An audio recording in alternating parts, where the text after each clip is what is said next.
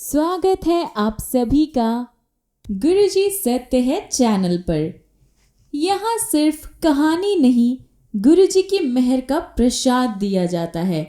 हर शब्द, हर पल, हर अनुभव एक नई रोशनी लेकर आता है। जब हम सत्संग सुनते हैं, हम बस कोई इंसिडेंट नहीं सुन रहे होते, हम गुरुजी के डिवाइन स्क्रिप्ट के पेजेस पलट रहे होते हैं। आज का सत्संग भी वही एक नया पेज है, एक सबक, एक आशीर्वाद, एक याद दिलाने वाला पल कि गुरुजी हमेशा साथ है। तो स्वागत है आप सभी का आज के पवित्र सत्संग में। चलिए शुरू करते हैं आज का सफर। आज का जो सफर है, आज की जो कहानी है, वो एक सैनिक की कहानी है। उनका सफर 1999 में शुरू हुआ था, यानी ये उन दिनों की बात है। कहानी शुरू करने से पहले कहानी के किरदार का नाम जान लेते हैं। Lieutenant general Chandra Kailash, army retired, PVSM AVSM। वो अभी गुड़गांव में रह रही हैं। 35 साल से ज़्यादा समय तक सेना में काम करते रहने के कारण मैं हमेशा से इस बात में विश्वास करता था कि एक सच्चा सैनिक परिस्थितिवश जीवित रहता है, चयन से प्रेम करता है और व्यवसाय के कारण मरता है। अपने जीवन की संध्या काल में ही मुझे ये आभास हुआ कि मानवीय बुद्धि और भौतिक ज्ञान से आगे दिव्यता का अपार संसार है। आध्यात्मिकता के इन नए लेकिन रोचक क्षेत्रों का अनुभव मेरे लिए एक सुदूर स्वप्न था, यानी ड्रीम था। पर मार्च 1999 के सेकेंड हाफ में मेरे लाइफ का जो डायरेक्शन था वो बदल गया। गुरुजी के कमल चरणों में मेरे घर से कुछ ही दूरी पर हिमालय की गुफाओं में घोर तपस्या किए बिना ही मुझे अकल्पनीय दिव्यता का स्वरूप प्राप्त हुआ। मैंने गुरुजी के बारे में अपने एक खास मित्र लेफ्टिनेंट काहलो से सुना था। गुरुजी की दया से उनकी पत्नी का गठिया समाप्त हो गया था। आश्चर्यजनक रूप से आदि शक्ति श्री गुरुजी का आशीर्वाद प्राप्त करने का सौभाग्य मुझे 4-5 साल के उपरांत ही हुआ। सेना के ही एक अधिकारी मार्च 1999 के एंड में मुझे गुरुजी के पास ले गए। तब से मेरे जीवन के अनेक क्षेत्रों में परिवर्तन आया है। गुरुजी के प्रथम दर्शन के पश्चात मेरा परिवार तेजोमय गुरुजी के संरक्षण में भाग्यवान रहा है। मैं दृढ़तापूर्वक कह सकता हूँ कि गुरुजी शिव के अवतार हैं, जिनके पास विशेष रूप से इस कलयुग में विधाता द्वारा सब नश्वरों के समस्त कष्टों का निवारण करने का उत्कृष्ट कोश है।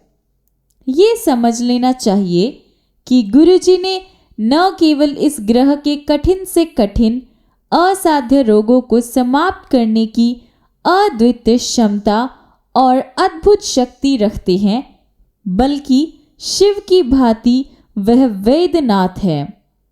रोग का नाम लेते ही वह उसका उपचार अपनी अनोखी पद्धति से करते हैं। उनके कमल चरणों में समर्पण करते ही ये कार्य स्वयं ही शुरू हो जाता है। पंजाब, हरियाणा, राजस्थान, दिल्ली, पूरे भारत और विश्व में उनके लाखों अनुयायी हैं जो इस बात का प्रमाण दे सकते हैं। मैं सेवा से रिटायर होने के बाद अनेक अवसरों पर मुझे उनके स्पर्श मात्र से ही आशीष प्राप्त हुआ है। उस समय भी जब जीवन की सर्वाधिक सच्चाई मृत्यु मुख खोले मेरे सामने खड़ी थी। डायबिटीज के रोग से परेशान मेरी वाइफ सुशीला को भी गुरु कृपा प्राप्त हुई है। गुरु जी ने उसके दर्शन के प्रथम दिन ही उसे हाथ भरकर लड्डू और मिठाई का प्रसाद दिया और उसके डायबिटीज की मात्रा घटकर सिर्फ 107 रह गई, यानी 107 रह गई। प्रायः भोजन करने से पहले उसकी डायबिटीज की जो अमाउंट थी वो 200 से ज़्यादा रहती थी। इस बार जब परीक्षणों में उसमें डायबिटीज घटती हुई नजर आई तो मुझे सहज अपनी आंखों पर विश्वास नहीं हुआ। गुरुजी के दिव्य आशीष का ये प्रत्यक्ष प्रमाण था।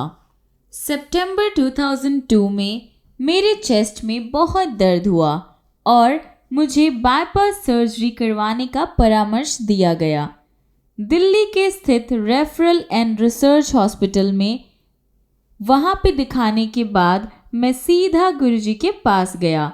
उन्होंने कहा कि वैसे तो मुझे स्टंट की आवश्यकता नहीं है, दूरदर्शिता से मुझे सर्जरी एस्कॉर्ट में करवानी चाहिए। उन्होंने मुझे एक तांबे का लोटा लाने को कहा जिसे उन्होंने अपने हाथों से अभिमंत्रित किया। उन्होंने मुझे और मेरी वाइफ को उसमें से हर दिन सुबह खाली पेट जल पीने को कहा। उस दिन से हम दोनों उसमें से जल पीते आ रहे हैं। मुश्किल होने वाला हार्ट डिजीज़, इसकी चिंता से मैं अब मुक्त हो चुका हूँ। मैं एक अन्य अविस्मरणीय संदर्भ की ओर ध्यान आकर्षित करना चाहता हूँ। 2004 के शीतकाल में गुरुजी ने जलंधर जाने से पहले सेवा से रिटायर्ड सैनिकों को आशीर्वाद देने की आकांक्षा व्यक्त करी। मैंने गुरुजी को बताया कि राष्ट्रीय राजधानी एरिया में बहुत ज़्यादा सेवा रिटायर्ड सैनिक नहीं होंगे, तो क्या उस अवसर पर सेवारत सैनिकों जो राष्ट्र के अमूल्य मानव संसाधन हैं उनको भी बुला लिया जाए। सदा की तरह उदार हृदय वाले गुरुजी ने हामी भरकर कहा कि डेट और प्लेस के बारे में वह बाद में बताएंगे। कुछ दिनों के बाद जब मैंने गुरुजी से फिर से इसका जिक्र किया तो उन्होंने मुझे श्री प्रेम सिंह सिंगापुर में भारत के भूतपूर्व राजदूत के साथ छतरपुर मंदिर के पास के एक जगह का निरीक्षण करने को कहा। हम गुरुजी के एक अन्य संगत श्री क्लेयर के विस्तृत फार्म हाउस पर रात में 11 बजे गए। वह अति उपयुक्त स्थान था। प्रेम सिंह और मैंने वापस आकर गुरुजी को फंक्शन के लिए पूर्ण योग्य स्थान बताया। गुरुजी ने मुझे स्पष्ट कर दिया था कि मैं अपना ध्यान केवल सेवारत और सेवानिवृत्त सैनिकों पर केंद्रित करूं। फंक्शन रविवार 26 दिसंबर 2004 को होना था। कई भक्तों ने बाहर Thailand, Malaysia, Bangkok, कुआला, Andaman and Nicobar, Goa आदि ऐसे बहुत सारे समुद्र तटों पर छुट्टी के लिए जाने की योजना बनाई। फलस्वरूप कई भक्तों ने गुरुजी से समारोह में न आने की आज्ञा मांगी, परंतु गुरुजी ने सबको बिना कोई बहाना किए आने का निर्देश दिया, क्योंकि गुरुजी के कथन सबके लिए निर्विवाद आदेश है। भक्तों ने अपनी योजनाएं रद्द कर दी। इस प्रकार उस समारोह में सैनिकों के साथ अन्य अनेक असैनिक संगत भी आई। संगत जी, क्या आप अपना इंटरेस्ट बना पा रहे हैं इस सत्संग में? क्या आपको आगे सुनने की एक्साइटमेंट बढ़ती जा रही है? तो इस सत्संग को पूरा सुनिएगा, बीच में छोड़ के नहीं जाइएगा।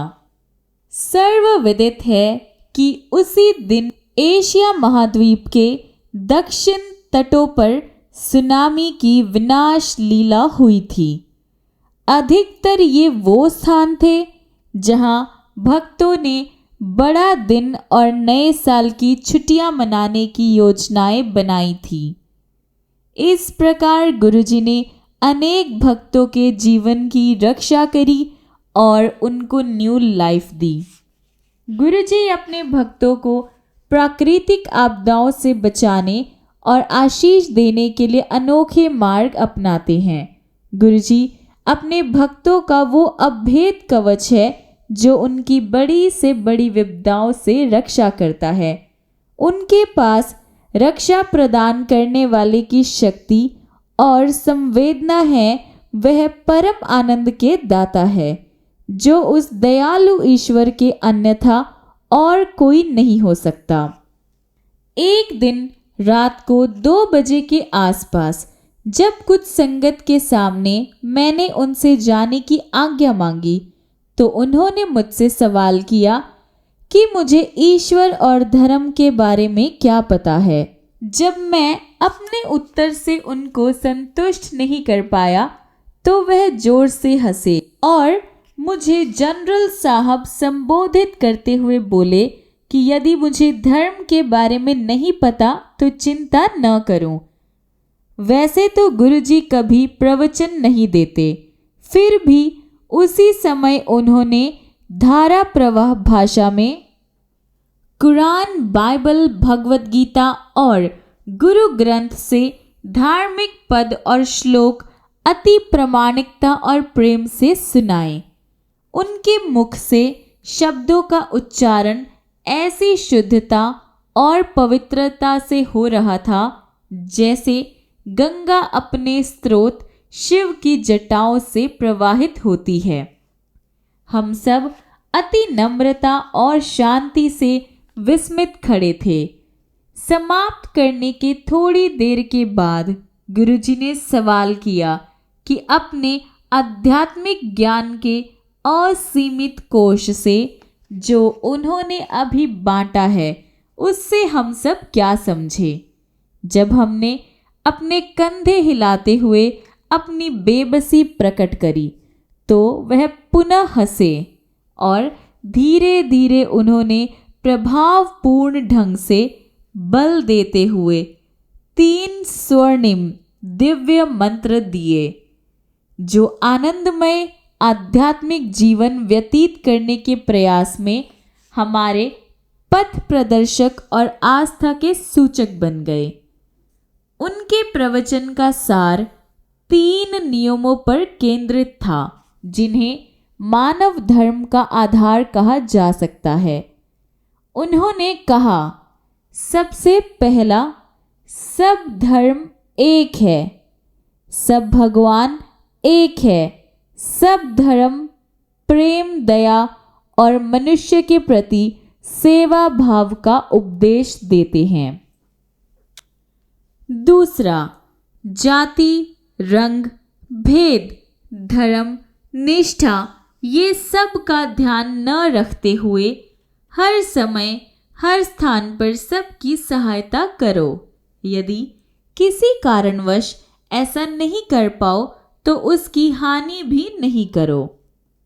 और तीसरा, इस भौतिक संसार की माया, आमोद प्रमोद, ड्रीम और इच्छाओं से अपने को मुक्त करो। प्रतिदिन अपने व्यस्त कार्यक्रमों में से थोड़ा सा टाइम निकालकर समाधि में बैठकर जीवन में निपुणता प्राप्त करने के लिए और आध्यात्मिक मार्ग पर अग्रसर होने के लिए ध्यान करो। सारांश में उन्होंने सुझाव दिया कि अपना कुछ ध्यान, ऊर्जा और टाइम उस दिव्य परमात्मा को प्राप्त करने के लिए उसकी ओर केंद्रित करो।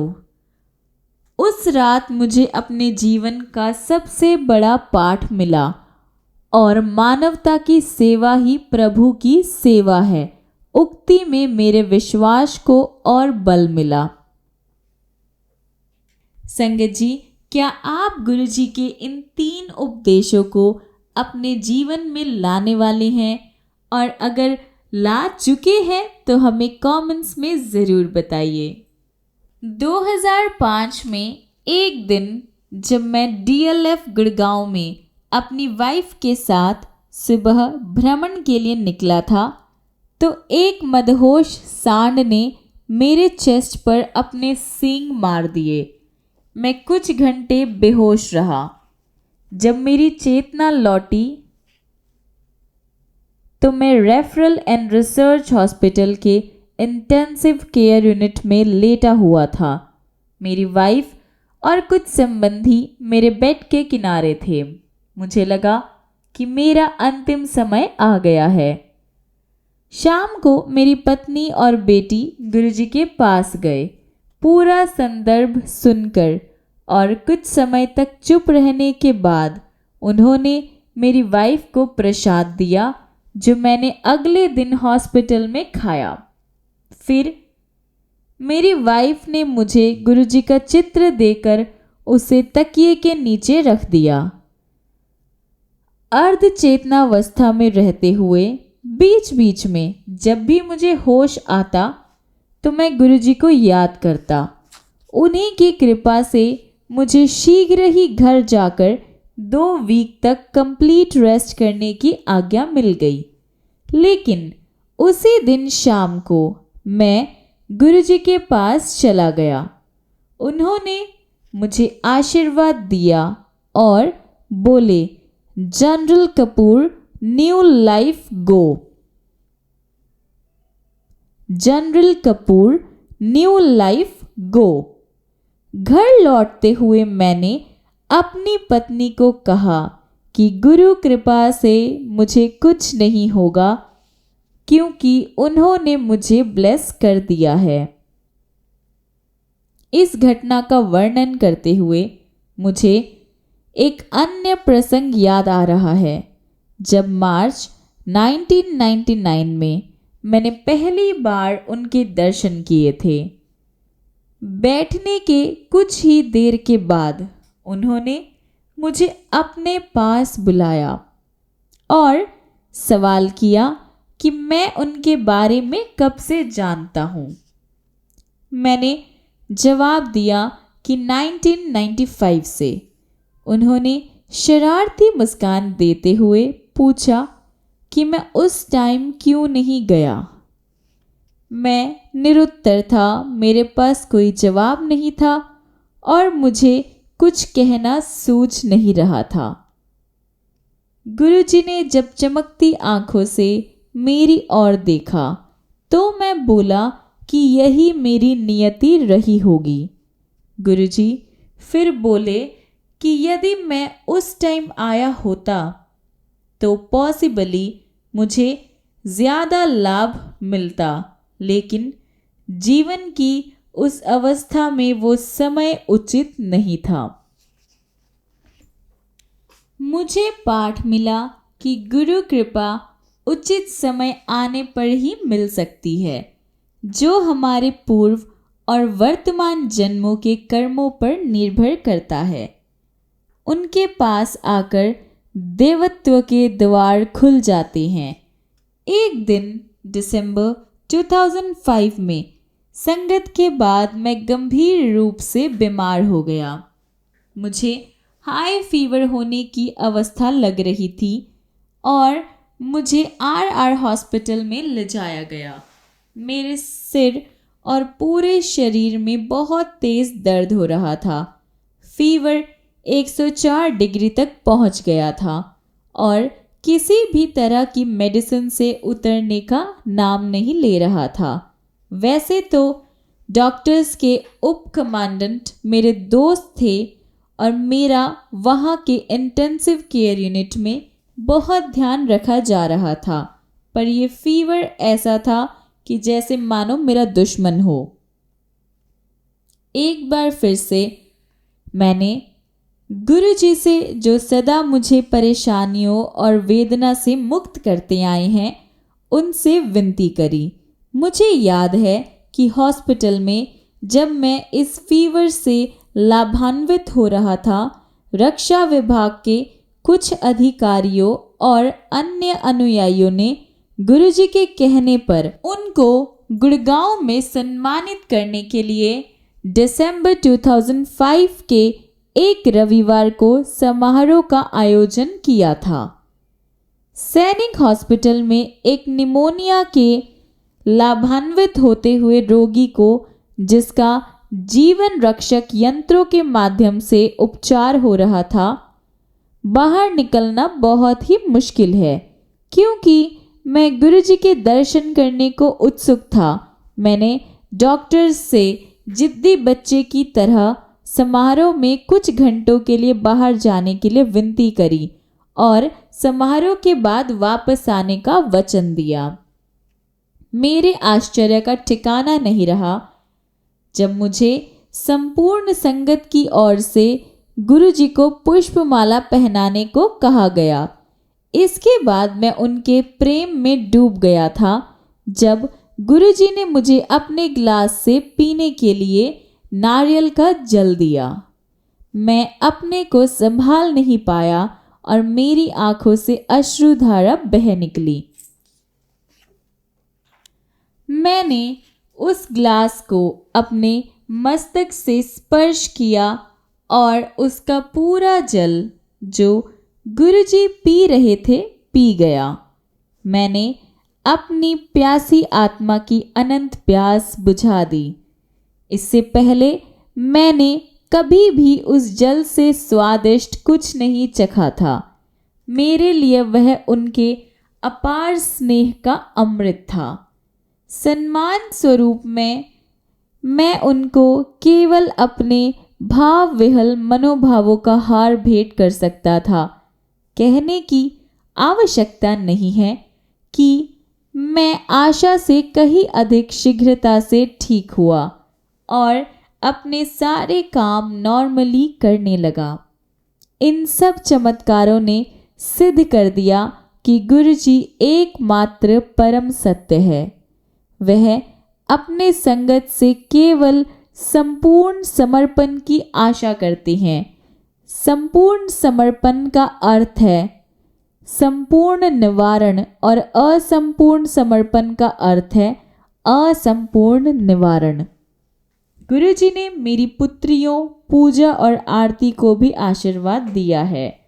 उन्होंने मेरी बड़ी बेटी पूजा के लिए एक सुयोग्य वर भी बताया था, जिससे विवाह कर वह सुखपूर्वक जीवन व्यतीत कर रही है। उन्होंने मेरी वाइफ को अमेरिका घूमकर आने को कहा। वैसे तो वो उस टाइम सिर्फ एक ड्रीम था। हमने कहा कि आरती तो घाना में है, लेकिन उन्होंने जोर डाला कि हम अमेरिका यात्रा पर जाए। कुछ ही दिनों में आरती ने फ़ोन पर बताया कि वह प्रेग्नेंट है और सब शीघ्र ही न्यूयॉर्क जा रहे हैं, जहां उसके पति को एक नया काम मिल गया है।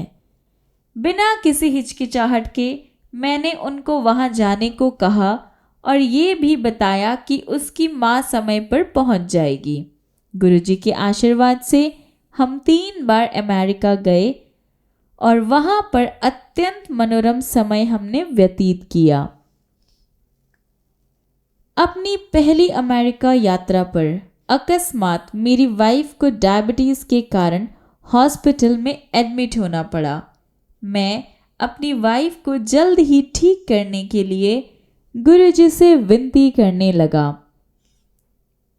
मेरी बात सुनकर उन्होंने मुस्कुराकर मुझे चिंता मुक्त रहने को कहा और ये भी बताया कि वह शीघ्र ही घर आ जाएगी। उनकी दया से 2 दिन के बाद ही वह घर आ गई। गुरुजी की पवित्र अनुकंपा से अंधे देख सकती हैं, लंगड़े नृत्य कर सकते हैं, बांझ को संतान हो सकती है, मानसिक और शारीरिक रोगियों की मुस्कान लौट आती है और वह फिर से जीवन का आनंद उठाना शुरू कर देते हैं। उन्होंने अपने संगत को एड्स, कैंसर और हार्ट की बीमारियों से मुक्त किया है। हॉस्पिटल में जीवन रक्षा उपकरणों पर रह रहे रोगियों को यानी वेंटिलेटर्स पर रह रहे पेशेंट्स को न्यू लाइफ ब्लेस की है। इस कलयुग में शिव अवतार के अन्यथा कोई और शक्ति सिर्फ सादी सी चाय और लंगर के रूप में प्रसाद से अपने भक्तों का भला नहीं कर सकती। उनके भक्त अत्यंत विश्वास से अपनी समस्त समस्याओं से मुक्त होने के लिए ये प्रसाद संगत में ग्रहण करते हैं और सत्संग सुनते हैं।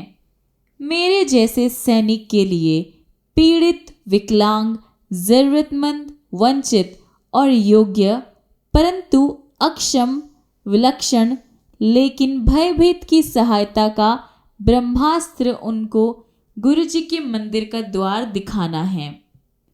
निवारण की निर्मल, स्वच्छ और दिव्य आशीर्वाद की तरंगे गुरुजी के कमल चरणों से परम शांति के अथाह सागर, धीरता, आनंद और ज्ञान के दीपक की नदी का रूप लेकर प्रवाहित होती है।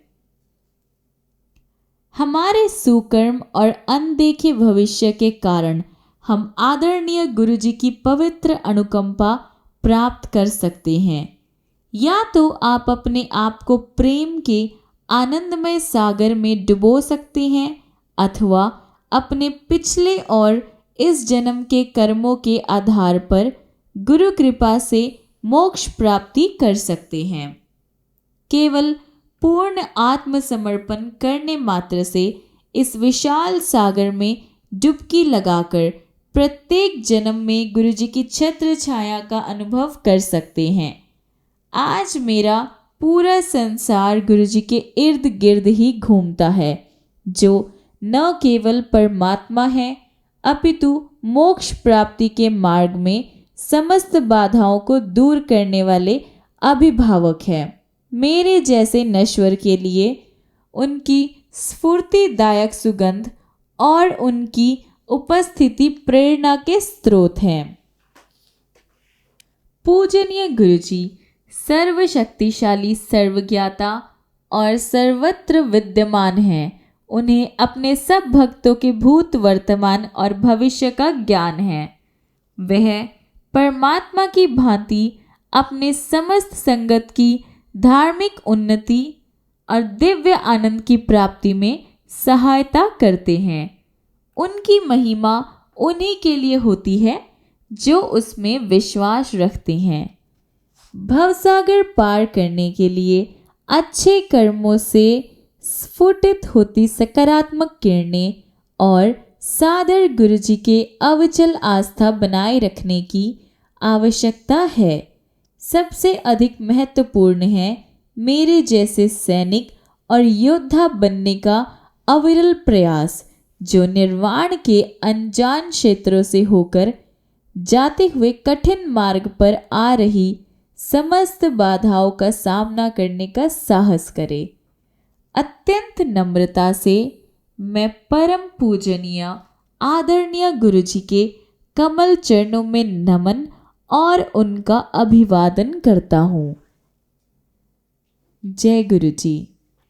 आज की कहानी को हम यहीं पर समाप्त करते हैं, क्योंकि गुरुजी के सत्संगों की लड़ी तो कभी टूट ही नहीं सकती है और ना ही कभी टूटेगी। रुकिए ज़रा, आपके लिए वीडियो अभी ख़त्म नहीं हुआ है।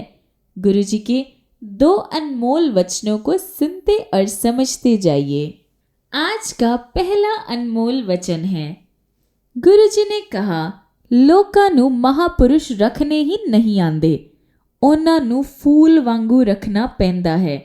हर मिनट ਉਹਨਾਂ ਦਾ ध्यान रखना पैंदा है। People don't know how to look after a true Mahapurush. He should be kept like a flower. He needs to be taken care of every minute. यानी गुरुजी ने कहा, लोगों को महापुरुष रखने ही नहीं आते, उनको फूलों की तरह रखना पड़ता है। हर मिनट उनका ध्यान रखना पड़ता है, उनका ख्याल रखना पड़ता है। आज का दूसरा अनमोल वचन है, जदों भी कोई चंगे कम करन जाओ, कदे भी 3 लोग घर तो ना चलो। 3 तो कम या ज़्यादा बंदे ही घर तो बाहर चलने चाहिए। Whenever you go out to do some auspicious work, 3 people should never leave the house. Always make sure that either less or more than 3 people should leave the house. यानी गुरुजी ने कहा, जब भी किसी अच्छे काम के लिए बाहर जाओ तो कभी भी 3 लोग घर से नहीं चलो। 3 से कम या उससे ज़्यादा बंदे ही घर से जाने चाहिए। ये थे गुरुजी के आज के अनमोल वचन। तो आप भी इन वचनों को अपने जीवन में अपनाइए। आज के लिए इतना ही। मिलते हैं अगली वीडियो में। तब तक के लिए गुरुजी अपनी दया दृष्टि आप सब पर ऐसे ही बनाए रखें। जय गुरुजी।